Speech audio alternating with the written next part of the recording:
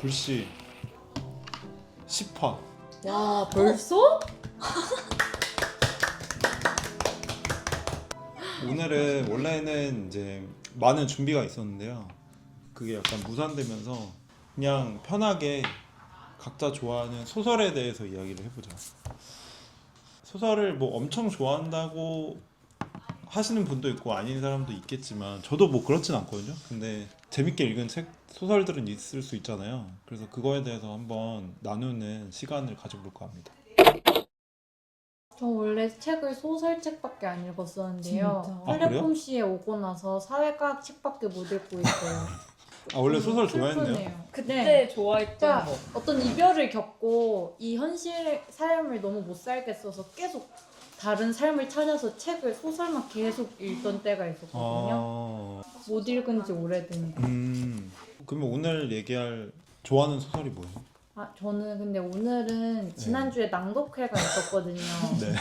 팔레스타인 네.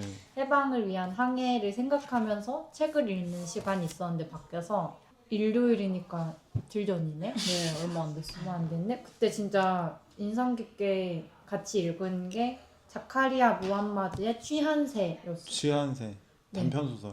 네. 네. 무슨 소설이에요? 그래서 한 화자가 나오고 화자가 여러 모티브에 대해서 이야기해요. 눈에 대해서 나는 항상 눈을 기다려왔다고 이야기를 하다가 새에 대한 이야기를 하고 개미에 대한 이야기. 개미에 대한 이야기도 하고 처음에 눈과 새와 개미 이런 모티프들이 나왔었는데 그러니까 이 사람이 설명하는 새는 과거를 보고 있는 이렇게 목이 꺾인 새였는데 그래서 이 새는 항상 과거에 머물러 있다라는 게 있었고 그게 팔레스타인에 있는 나와 같다는 그런 묘사가 있었어요. 그런 묘사가 있었는데 그 뒤에 하지만 그 새는 뒤를 보면서 앞으로 달려가고 있고 날아가고 있고 그래서 과거에만 머무르는 존재가 아니라 나아가는 어떤 존재로서의 묘사가 있거든요. 그게 되게 인상 깊었고 그리고 이 소설 안에서 어떤 그 팔레스타인의 상황들 제가 어떻게 보면 살아보지 못한 그곳의 이야기들이 함께 엄청 현실적인 이야기들이 함께 나와서 더 좋았던 것 같고 또 어떤 글을 좀 찾아보니까 여기서 묘사하는 이 취한새를 파울 클레의 역사의 천사. 새로운 천사 그림이랑 같이 이야기하더라고요. 역사의 천사. 벤야민이 좋아했다는데요. 네, 이 맞아요. 그림을 앞에 두고 계속 벤야민의 어떤 역사 철학 태증 거기 네, 나오는 그런 거죠. 그래서 이 그림을 봤는데 근데 이 새는 제가 상상한 새는 아니에요. 이 새는 좀 아닌 것 같아요. 맞아, 새처럼 안 생겼어. 네, 파울 클레의 다른 그림은 되게 좋아하는데 저는 건방증이 심한 천사 그림이 좀 더 좋은 것 같아요. 건망증이 그런 심한 천사? 천사는 좀 더 순하게 생겼어요. 아 그러네요. 좀 순하게 생겼네요. 겸연쩍어 하는 표정을. 취한 새와 천사에 대한 이미지를 생각하면 저도 좀 이거구나. 마음을 다잡을 수 있는 것 같아요. 음. 그래서 좋은 소설이라고 생각합니다. 저도 그 소설 너무 좋았는데 팔레스타인 눈물이라는 책에 수록돼 있는 책이 편이고 근데 저도 마지막 장 읽으면서 되게 많은 텍스트나 아니면 뭐 이론이나 그런 데서 그 벤야민이 언급하는 역사의 천사 이미지는 진짜 많은데 근데 그게 여기도 나오는데 과거란 그곳을 알아볼 수 있는 그 순간에 번쩍하며 결코 다시는 볼 수 없는 어떤 이미지로만 포착될 수 있다. 역사란 구축의 대상이고 역사 구축의 장은 동질적인 텅 빈 시간이 아니라 지금 시간으로 채워진 시간으로 형성된다. 이거 말고 결을 거슬러 읽는 다른 읽기가 있는데 하여간 뭔가 우리가 미래에 대해서 이야기하는 게 이런 선형적인 과거, 현재, 미래에서 이렇게 미래로만 나아가는 게 아니라 계속해서 결을 거슬러서 과거를 이렇게 읽어 나가야 쓸 때에 그때의 미래에 대한 이야기를 할 수 있다.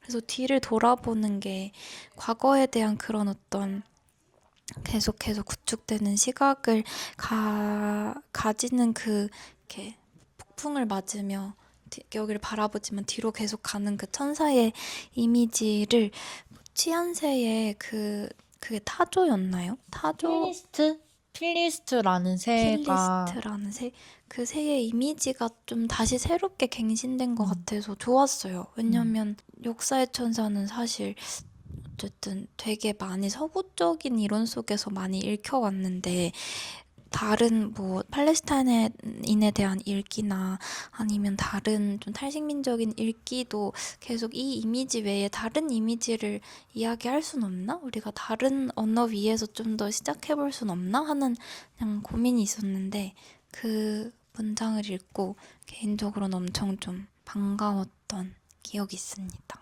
근데 저는 벤야민 역사의 천사를 뭔지 잘 몰라가지고 그게 뭐예요? 파울 클레가 그린 그림인데 근데 뭔가 좀 더 어떤 이거를 통해서 역사가 어떻게 설명되는지에 대한 맥락이 있는 거 아니에요? 아니에요?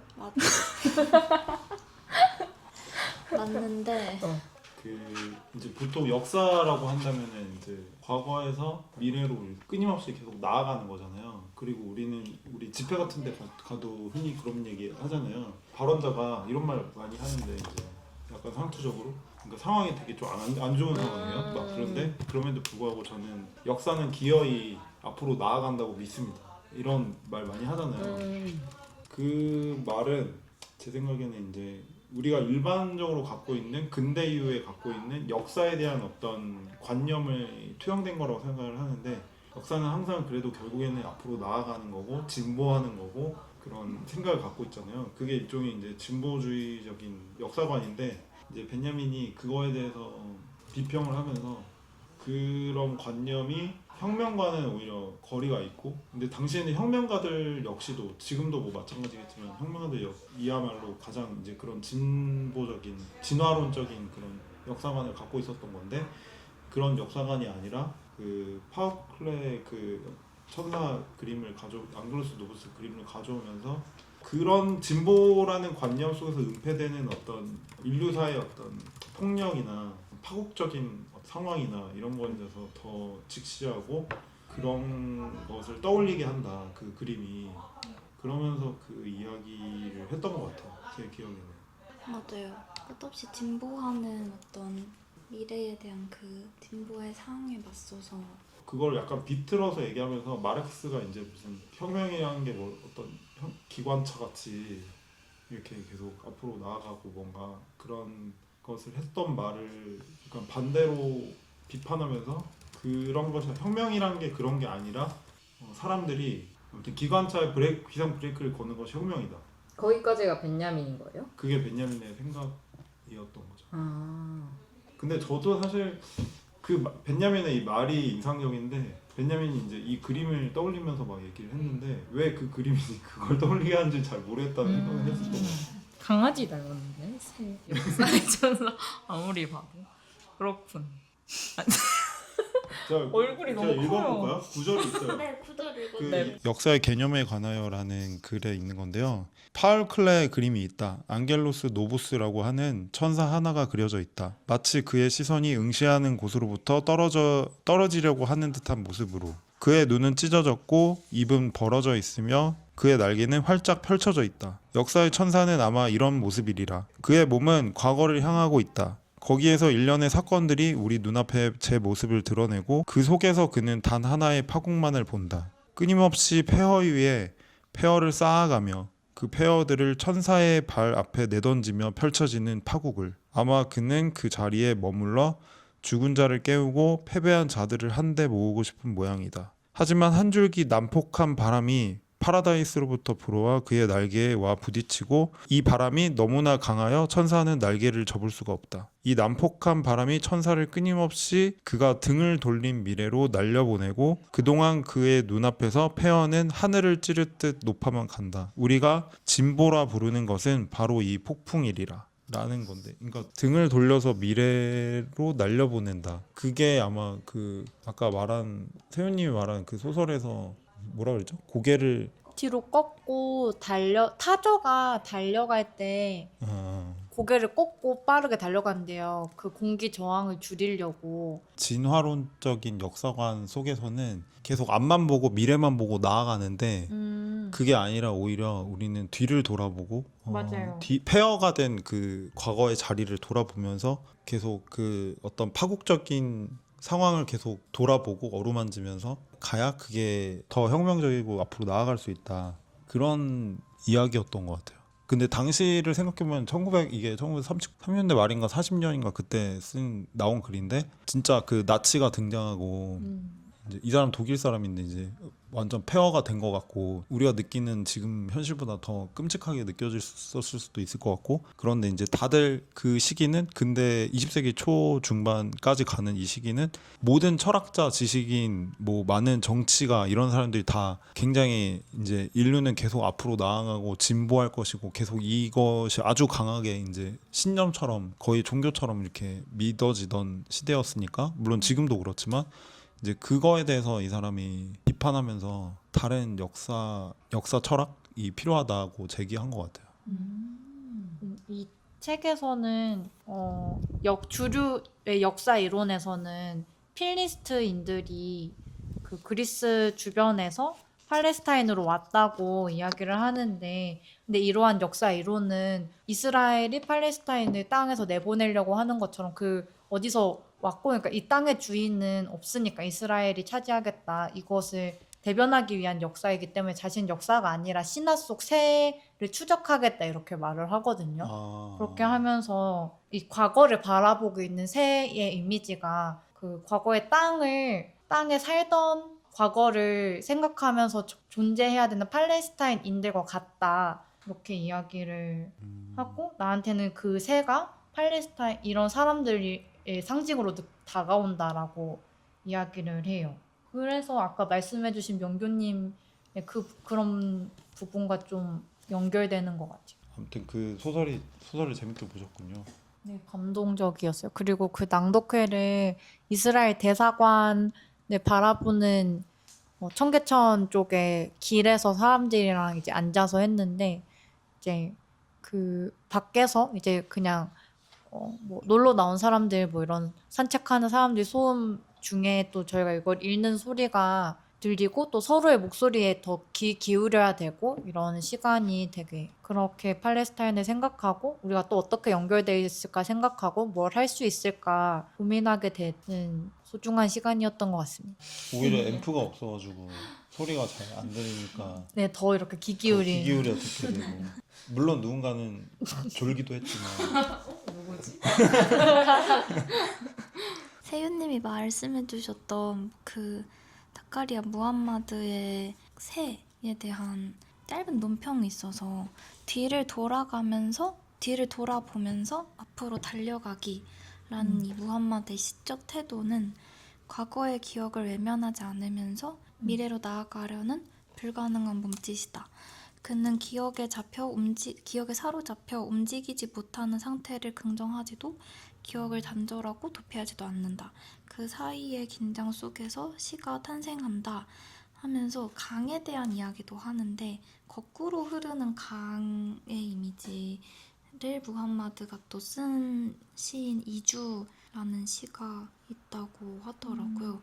근데 이 시인이 그 팔레스타인 자치정부에서 발급한 여권으로 처음으로 한국에 왔었던 팔레스타인인이고 한국 외교부가 어떻게 해야 되지? 이렇게 하다가 이제 그 시인을 계기로 이제 다른 팔레스타인 문학가나 다른 이제 분들이 한국에 왔다고 이야기를 했었는데 근데 그분이 강연에서도 광주에 대한 이야기들을 또 연결해서 언급하시기도 하고 그리고 다른 시 중 그 거꾸로 흐르는 강, 불가능한 어떤 그 움직임 그런 어떤 시적 태도 속에서 불가능이라는 시도 있는데 신이여 봄날의 결막염을 우리의 눈에 돌려 보내주세요. 우리는 세상을 다시 염증 있는 눈으로 보고 싶어요. 그 빨갛게 된 눈으로 진실을 다시 찾아내고 싶어요. 그래서 전진하며 나아가는 강이 아니라 구불구불 흐르거나 거꾸로 흐르는 강이 팔레스타인 사람인들의 세상을 더욱이 분명하게 보여준다. 이런 이게 저번에 했었던 물 포럼의 팔레스타인 물포럼. 네. 어. 발제자분에 캡처해 놨는데 누구요? 자막으로 달아주실 수 있어요? 네. 누구요? 발자 누구죠? 팔레스타인 물포럼이라는 걸 1월에 했었죠, 그죠? 네. 네네네. 1월 최리회 작가님. 아 최리환 작가님이 발제하신 글에 물문화 기억하고 생각하는 물 부분을 제가 너무 인상적이라서 이렇게 저장해 두고 있다가 방금 읽었습니다. 지호는 뭘 재밌게 읽었어요? 저는 지금 후보군이 두 가지인데 최근에 읽었던 거는 김화진 작가가 쓴 공룡의 이동 경로도 재밌었고 임철우 작가의 직선과 독가스라는 단편 소설을 읽었었는데 그러니까 당시에 좀 1980년대에 광주 항쟁 이후에 나왔던 소설들 근데 80년대에 나왔기 때문에 광주에 대해서 직접적으로는 묘사할 수 없었던 소설들을 좀 읽으면서 뭔가 비상계엄의 의미에 대해 같이 생각해보자 이런 걸 했었어가지고 그런 것도 좋았던 기억이 나는데 근데 둘 다 사실 내용이 막 구체적으로 기억이 나진 않아요. 하지만 뭔가 좋았다라는 생각들이 좀 나고 그렇습니다.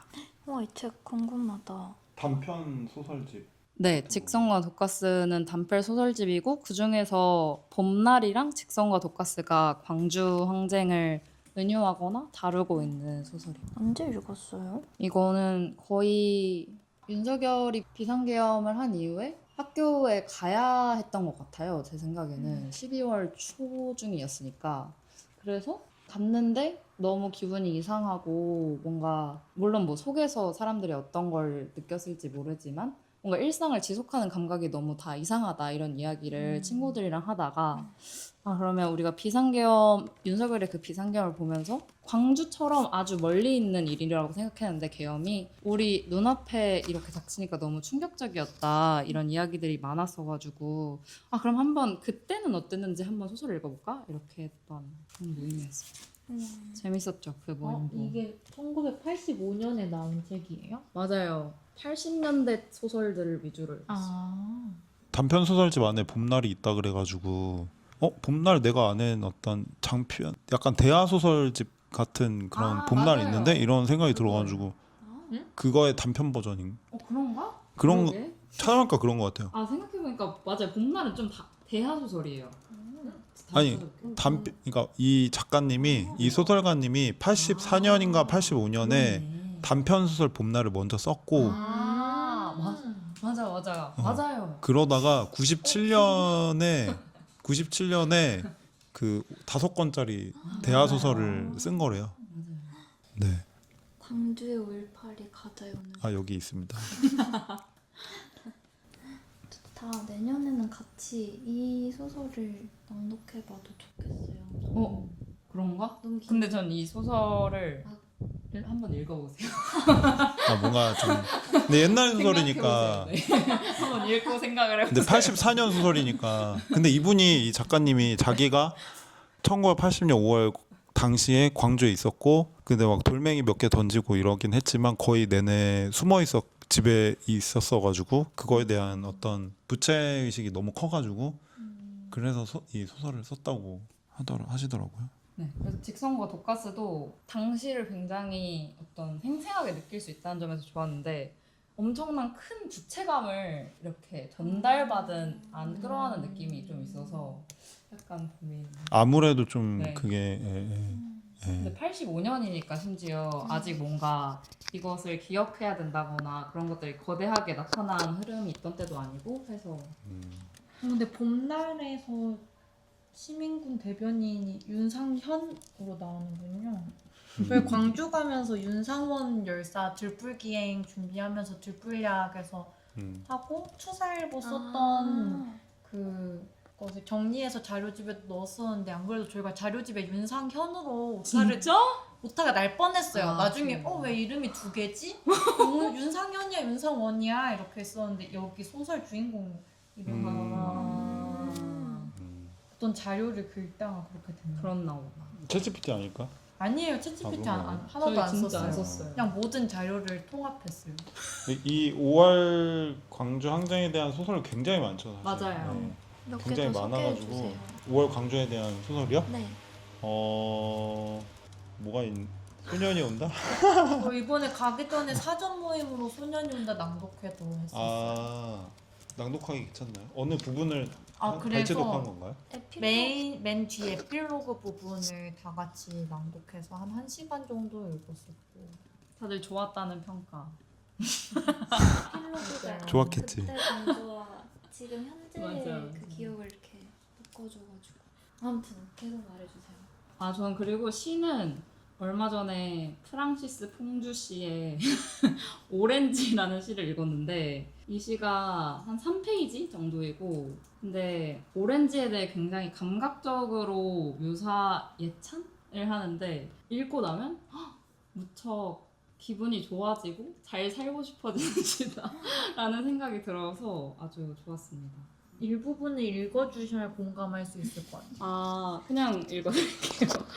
오렌지. 해면이 그러하듯 오렌지에게도 앞차게 시련을 감내한 다음 본 모습으로 돌아가려는 흡입의 열망이 있다. 하지만 언제나 성공하는 해면과는 결코 같을 수 없는데 왜냐하면 세포가 터져버리고 조직이 찢겨나가기 때문이다. 오직 탄력적인 껍질만이 서서히 제 형태로 돌아올 뿐 호박색 액체가 청량함과 그윽한 향을 머금고 대개 씨앗이 너무 일찍 배출되었다는 씁쓸한 인식과 함께 뿜어져 나온다. 압박을 잘 견디지 못하는 두 입장 중에 어느 한쪽을 택해야 한다면 해면은 한낱 근육으로서 바람이나 깨끗한 물이라든지 더러운 물로 채워지는데 이는 이 운동이 역겨운 것이냐 아니냐의 문제다. 오렌지가 구미에 맞는데 다만 오렌지는 너무도 수동적이기에 이 향기로운 재물은 압제자에게 정말이지 너무도 처사가 후하다. 오렌지가 특유의 방식으로 향기를 뿜어 자신을 학대하는 사람을 기쁘게 하는 것을 언급했다 하여 충분하지는 않다. 오렌지에서 나온 액체의 영롱한 빛에 주목해야 하겠는데 이것은 레몬 주스보다 마시기 편하면서 들이켜거나 발음할 때에는 목청을 한껏 열어야 하며 혀를 자극해 돌기를 곤두세우지 않아 두려움의 입맛을 다시지 않아도 된다. 오렌지 껍질이 자아내는 감탄을 토로하기엔 그 어떠한 말도 적절하지 못하다. 두텁고 촉촉한 앞짓들로 부드럽고 여린 붉은 타원형 부채를 둘러싸고 있으며 또 극단적으로 얇지만 색이 진하고 신랄한 맛을 내는 껍질의 외피는 우둘투둘한 표면으로 인하여 온전한 과일의 형태를 이루면서도 빛을 받아들이기에 부족함이 없다. 하지만 너무 짧고 빠르게 굴러간 연구는 결국 씨앗에 도달하고야 만다. 작은 레몬 모양의 이 알게닌은 겉으로는 하얀 레몬 나무의 색깔을 안으로는 완두콩이나 연한 새순의 초록빛을 띈다. 그 둥근 과리의 풍미와 색채, 향기가 담긴 베네치아의 등불이 절정으로 폭발하고 난 다음 다시 씨앗 속에서 발견되는 것 있으니 바로 나무와 가지와 이파리의 푸르름과 상대적 단단함이다. 아주 작은 그럼에도 과일의 존재의 유임이 확실한 그 총체 속에서. 이게 좋았어요. 어떠세요? 별로 마음에 안 가. 엄마 드리겠어요.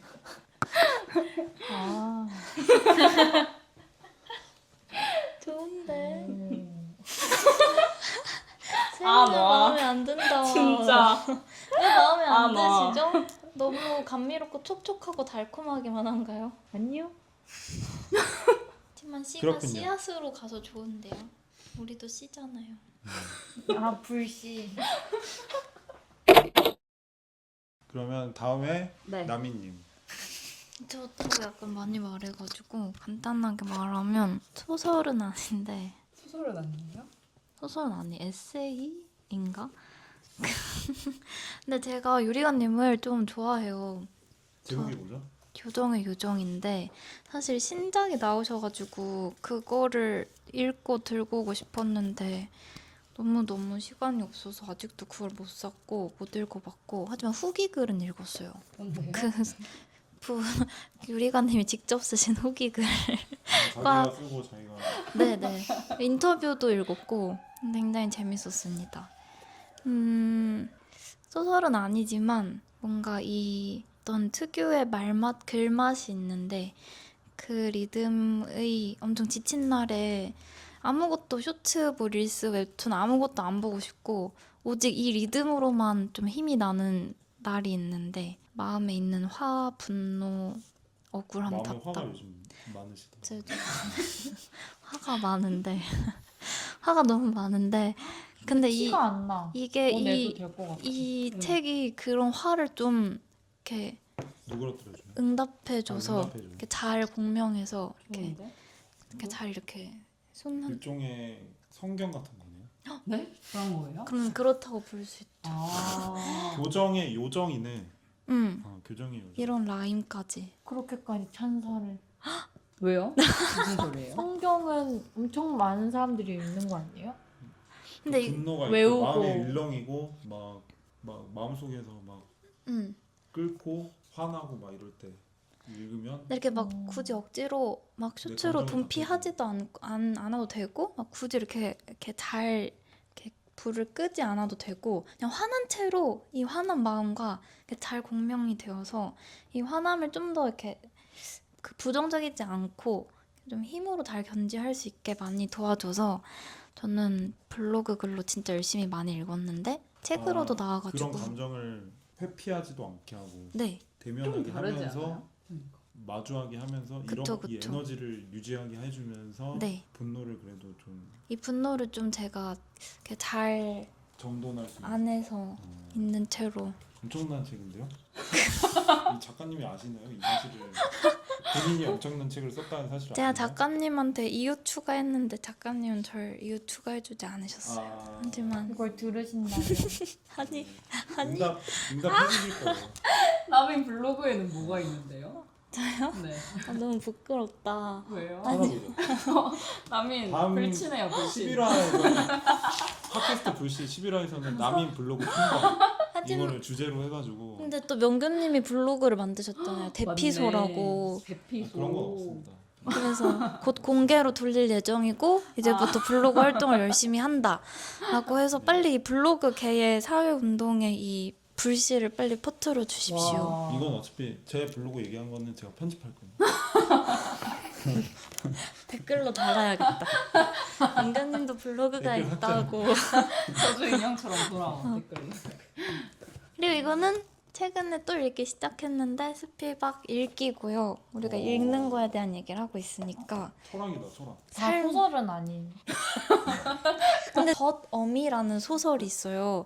그걸 사실 얘기하고 싶어서 가지고 왔는데 젖어미라는 소설 너무 좋고 왜 좋은지에 대해서는 다음 불시 때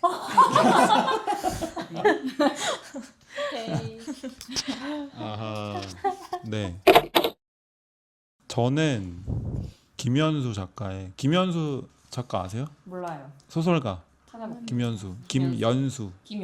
네. 알 것 같아요. 되게 유명한 김연수 작가의 밤은 노래한다라는 소설인데요. 이것을 읽은 것은 제가 군대에 있었을 때 제가 군대를 굉장히 늦게 갔거든요. 26살에 갔는데 군대에 있었을 때 그때 이제 2년 동안 소설만 봤거든요.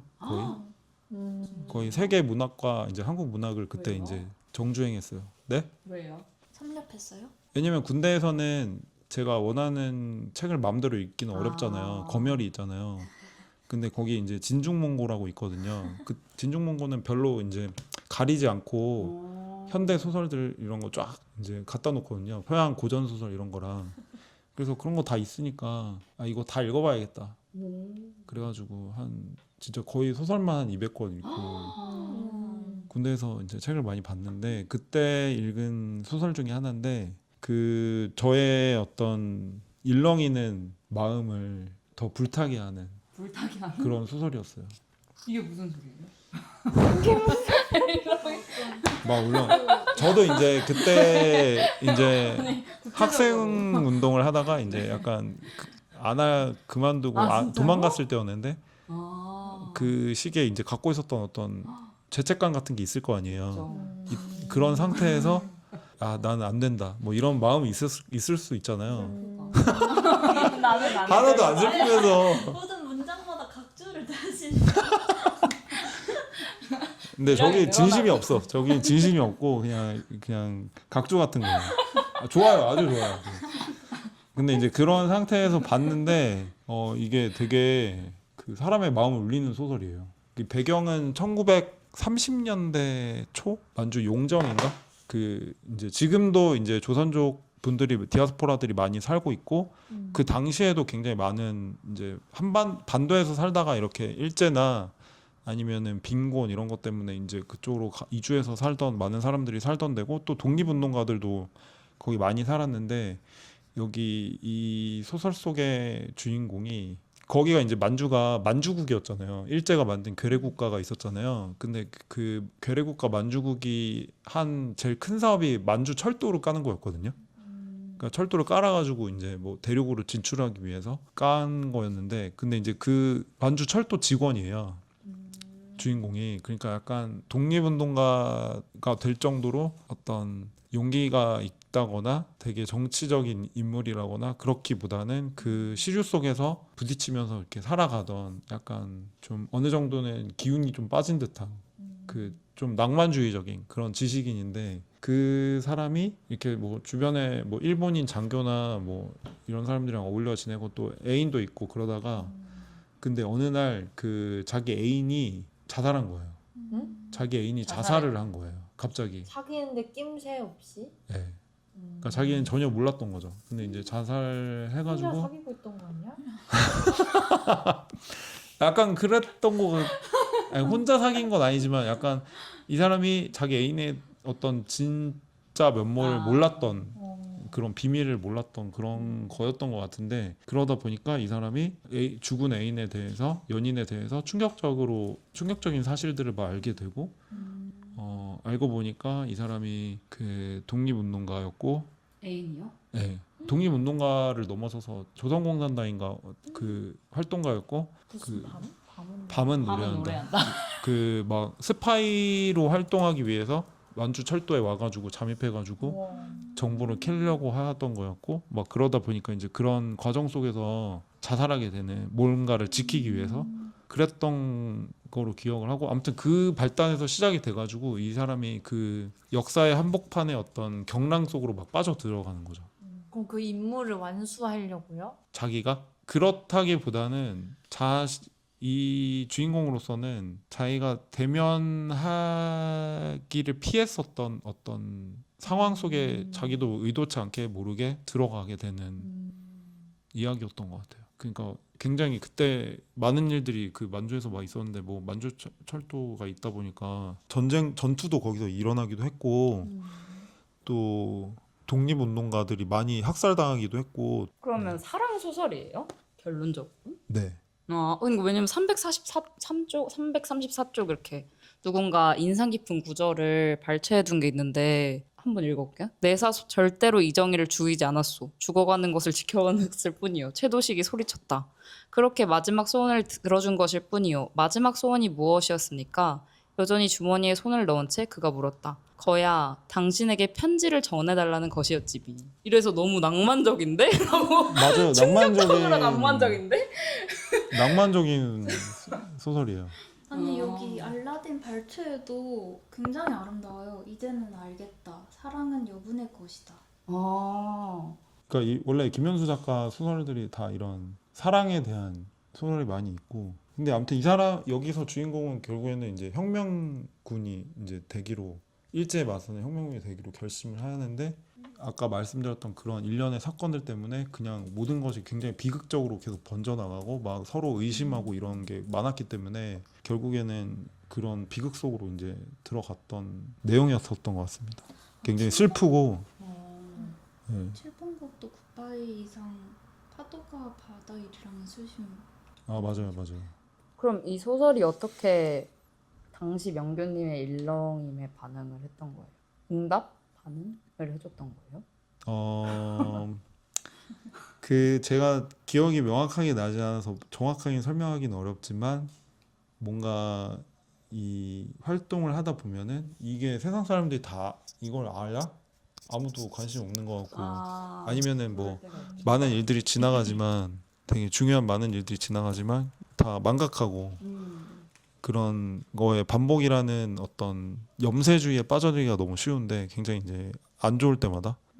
근데 이제 이 소설이 가진 이런 문체의 힘이나 이야기의 힘이 너무 강해가지고 이 소설이 마치 생생하게 진짜처럼 이 비극들을 다시 이렇게 다 이야기하면서 이들이 막 살아있다, 바로 어저께 있었던 일처럼 막 읽는데 그렇게 막 느껴지는 거예요. 그래서 그 군대에 있었을 때지만 엄청 뭔가 꾹꾹 눌러놨던 잊혀졌던 어떤 감정들이 막 떠오르면서 그 무의미하지 않다, 오히려 이런 생각이 들었던 것 같아요. 굉장히 비극에 대해 다루는 소설이지만 그런 감정이 느껴졌었던 것 같아요. 좋은데? 우리도 사실 아까 명규님이 말씀해주신 고민은 학생 활동가들도 많이 겪는 것 같은데 학생 활동가들끼리 모여서는 회의에서도 3달에 한 번씩 소설 읽기 이런 거라도 할까? 라는 생각. 저희도 어딘가에 그러니까. 가서 일주일 동안 이렇게 그러니까 생생한 이야기를 읽고 힘을 내는. 이 소설의 핵심적으로 다루는 게 민생당 사건이 또 있거든요. 설명해 주세요. 민생당 사건이 제가 좀 전에 말씀드린 굉장히 비극적으로 벌어진 당시에 이제 만주에는 조선인들도 있고 그 한족들도 있잖아요. 근데 이들 중에 이제 중국 공산당 안에 들어간 사람들이 되게 많았잖아요.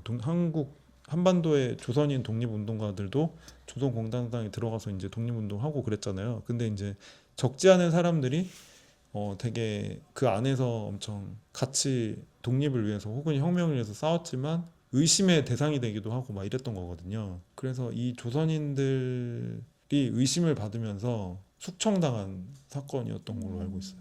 그래서 이때 되게 많이 죽었다고 하더라고요. 이 민생단이라는 거 자체가 일제가 만든 조직이었다고 하더라고요. 일제가 그 만주 내에 있는 조선인들과 그 중국인들 사이를 갈라놓기 위해서 만든 그런 단체였고, 그래서 이제 이 민생단이라는 거 자체가 나중에 얘네는 일제가 만든 일제 첩자 조직이다 이런 게 밝혀졌는데, 그런 와중에 이제 이 안에서 중국 공산당 안에서 너 민생단이지 이런 식으로 약간 색출하는 일들이 벌어지면서 서로 죽고 죽이는 비극으로 번졌다라고 하더라고요. 뭔가 이 이야기 하니까 저희 곧 1980 사북 네. 다큐멘터리도 6월 23일 인디스페이스에서 상영을 하는데 그것도 같이 보러 가면 좋을 것 같다는 생각이 듭니다. 1980년 4월에 강원도 정선궁 사북에서 대규모 소요 사태가 발생했고, 그래서 광부들 감시와 착취에 시달리던 광부 3천여 명은 사북을 장악하고 공권력과 정명로로 충돌했다. 계엄군이 투입되기 직전에 협상이 타결되어 사북은 유혈 사태를 피했다.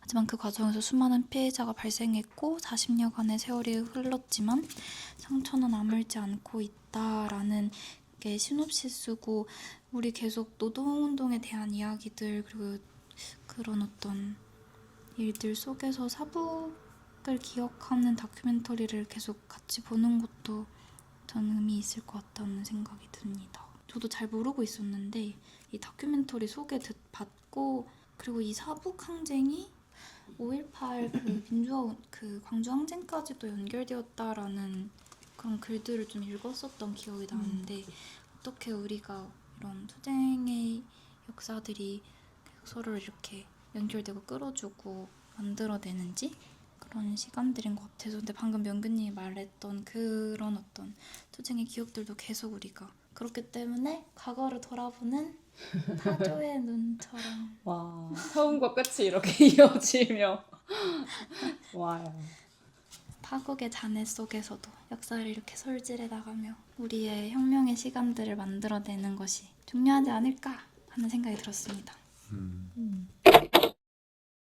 그래서 그 시대에서 계속해서 투쟁했었던 사람들의 이야기를 다룬 작품들이 좀 요즘 많이 보고 싶어지는 것 같아요. 근데 의외로 그런 이야기들은 명규님이 말한 것처럼 주인공으로 만들기 어렵기 때문인지, 아니면 그런 어떤 복잡한 층위들을 단시간 안에 보여주는 것이 어렵다고 판단하기 때문인지는 모르겠지만, 그런 이분법된 구도 외에 계속 그렇게 분투와 악쓰는 마음을 가지고서도 계속 집요하게 투쟁했던 사람들의 이야기도 있고, 엄청나게 느긋하고 여유롭고 막 화분도 돌보고 밥도 잘하지만 뭔가 계속해서 어떤 군대와 그런 국가폭력에 일조를 하면서 안정적인 삶을 꾸리는 사람들도 있을 것인데, 그러니까 그런 어떤 칭의들에 대한 이야기가 너무 보고 싶고, 그래서 명규님이 그런 소설을 꼭 써주셨으면 좋겠어요. 왜 저보고 제가 어땠어요?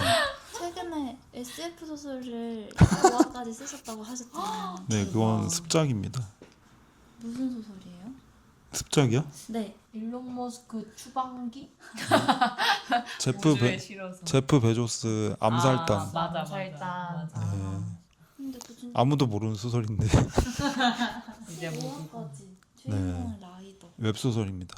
우리보다 그러니까 그 아무튼 그 광주나 80년 5월 광주나 4.3이나 뭐 아니면은 그 전에 있었던 많은 현대사의 이야기들이 많은데 영화나 소설에서 되게 충분히 다뤄질 법한데 소설은 되게 많거든요. 그런 관점의 소설들이 쓸 수 있으니까. 근데 영화는 돈이 많이 드는 거다 보니까 진짜 그 진실까지는 안 가더라고요. 다 그냥 약간 피해자고 맞아요. 그런 걸 훨씬 많이 본 것 같아요. 예. 영화. 뭐 예를 들어 진짜 한국에서 남한에서 진짜 가장 큰 끔찍한 비극들이 뭐 80년 5월 광주, 뭐 지리산, 빨치산 5만 명이나 죽은 지리산, 빨치산, 뭐 아니면은 4.3 이거 다 영화들 보면은 다 이제 그런 피해자 조사. 그냥 평범한 사람들의 평범한 민초들의 피해 서사 이게 좋은 편으로 나온 게 이제 그런 거고 사실 그게 일종의 빨치산이고 그러니까 지리산 같은 경우는 진짜 빨치산들이 한 거고 4.3도 거기 이제 미군정에 저항하려고 하고 싸운 사람들이 있는데 그건 거의 안 보이는 것 같아요. 아 지슬. 아 지슬. 지슬 완전 그래요. 아, 네, 지슬이 안 그 봤- 되게 미술 작가님이 찍으신 거잖아요. 아 지슬. 그렇지 않나요? 이것도 사상. 아 근데 빨치산에서 그런데 아버지의 해방일지 읽으셨어요? 그 소설? 정지야 작가 소설? 이거 보셨어요? 그거는 자기 아버지 이야기잖아요. 소설로 쓴 맞아요. 거잖아요. 그죠? 네.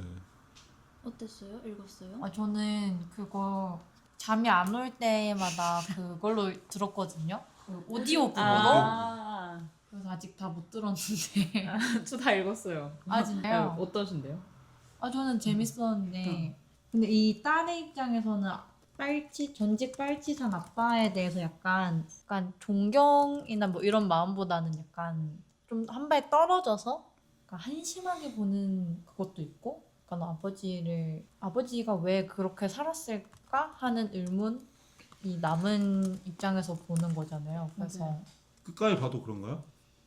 어떻게 아 근데 뭐 저는 사실 본 지 한 2년이 넘은 것 같긴 한데 제 개인적 기억으로는 그냥 그렇게 시작을 해서 굉장히 이해할 수 없고 아버지 죽어도 딱히 뭐 눈물도 안 나고 이런 식으로 시작을 하는데 근데 점점 가면서 이해하면서 이렇게 마무리하는 그런 맞아요, 소설이었던 것 같아요.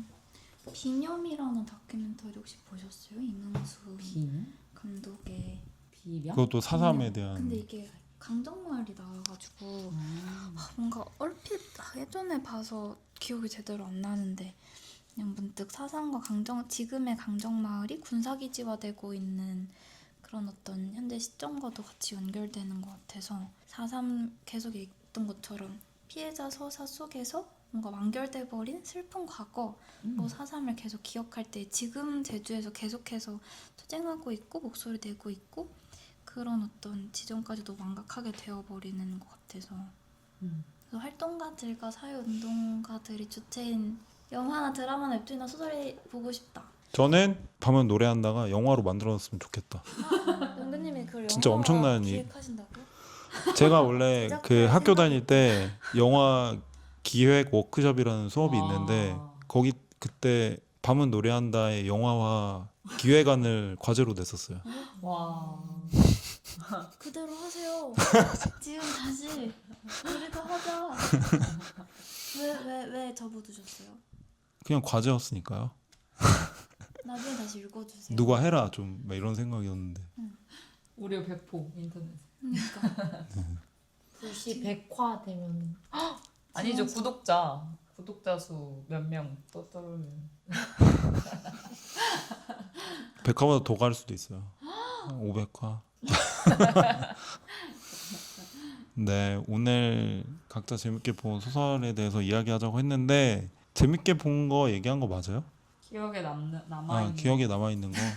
근데 뭔가 그 다 자기 버릇이 있어서 그런지 너무 되게 설레서. 의미 있는 소설을 다 얘기하려고. 그러니까요. 공명의 이동 경로 했어야 되는데. 근데 아까 의미 없는 오렌지 말했는데 반응을 바뀌어가지고 오렌지 그러니까 시를 하면 안 반응 됐어. 바뀌. 소설을 했어야 돼. 오렌지. 네. 네. 그래서 소설도 많이 보고 사회과학 책만 보는 거는 좀 너무 삭막한 것 같아요. 네. 네. 아 맞다. 네? 민중가요. 오늘의 민중가요. 오늘의 민중가요. 추천해주세요. 명근님 어저께 그저께 부르던 노래 해주시면 안 돼요? 너무 빨리 가면 혼자 너무 빨리 가면 아 그거요? 네 무슨 의미를 찾을 수 있죠? 여기서? 이렇게 혼자 너무 빨리 앞서지 말고 책과 시와 이런 걸 같이 읽으면서 다 같이 이렇게 저희 노래 가사를 다 모르는데 네. 요즘 다들 이제 마음이 급하니까 그죠? 네. 마음이 급하다 보니까 다 계속해서 쉴 틈 없이 어떤 계획을 세우고 그거를 빨리 하자고 하고 밀어붙이고 그러면서 하지만 열심히 살지만 치열하게 살지만 우리가 바로 옆에 있는 혹은 주변에 더 많은 사람들과 어떻게 같이 할지를 생각을 못하고 하고 있는 것은 아닐까 그런 이야기를 하다가 제가 이 노래를 했던 것 같은데 이 노래는 꽃다지에 아시나요? 주문 에이. 바로 그 한 사람이 아. 바로 그 한 사람. 아세요? 춤춰요. 아까 명근님이 입꼬리를 올리고 있으면 이 꼬리가 아니라 웃으면 행복해서 행복해. 웃는 게 아니라 웃어서 행복한 거다. 근데 이거 명근님이 한 거 아니고 완전 군대 맞아요. 누가 한 거래잖아요. 군대에서 그랬다고요. 예, 예. 연대장이 그랬다고요. 체조. 해서요. 하하 체조하면서 마무리 지을까요? 하하하하. 아니요.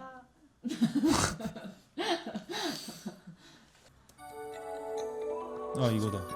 이거 아세요?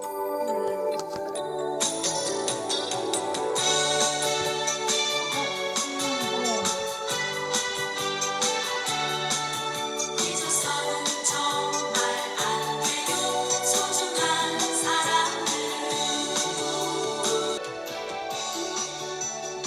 우리 이 노래를 많이 틀자. 마음을 잊지 않고 몸짓을 만들어. 우와. 운동을 만든 다음에 계속 하자. 계속. 엉망이 혼자서 앞서가지 마세요 그렇게 네. 팟캐스트 불씨 여기서 마무리하겠습니다. 아 이번 주도 어떻게 해냈다니. 한숨 돌리는 사실 이건 블로그를 읽어서 재밌어. 아무도 한 사람이 정말 소중한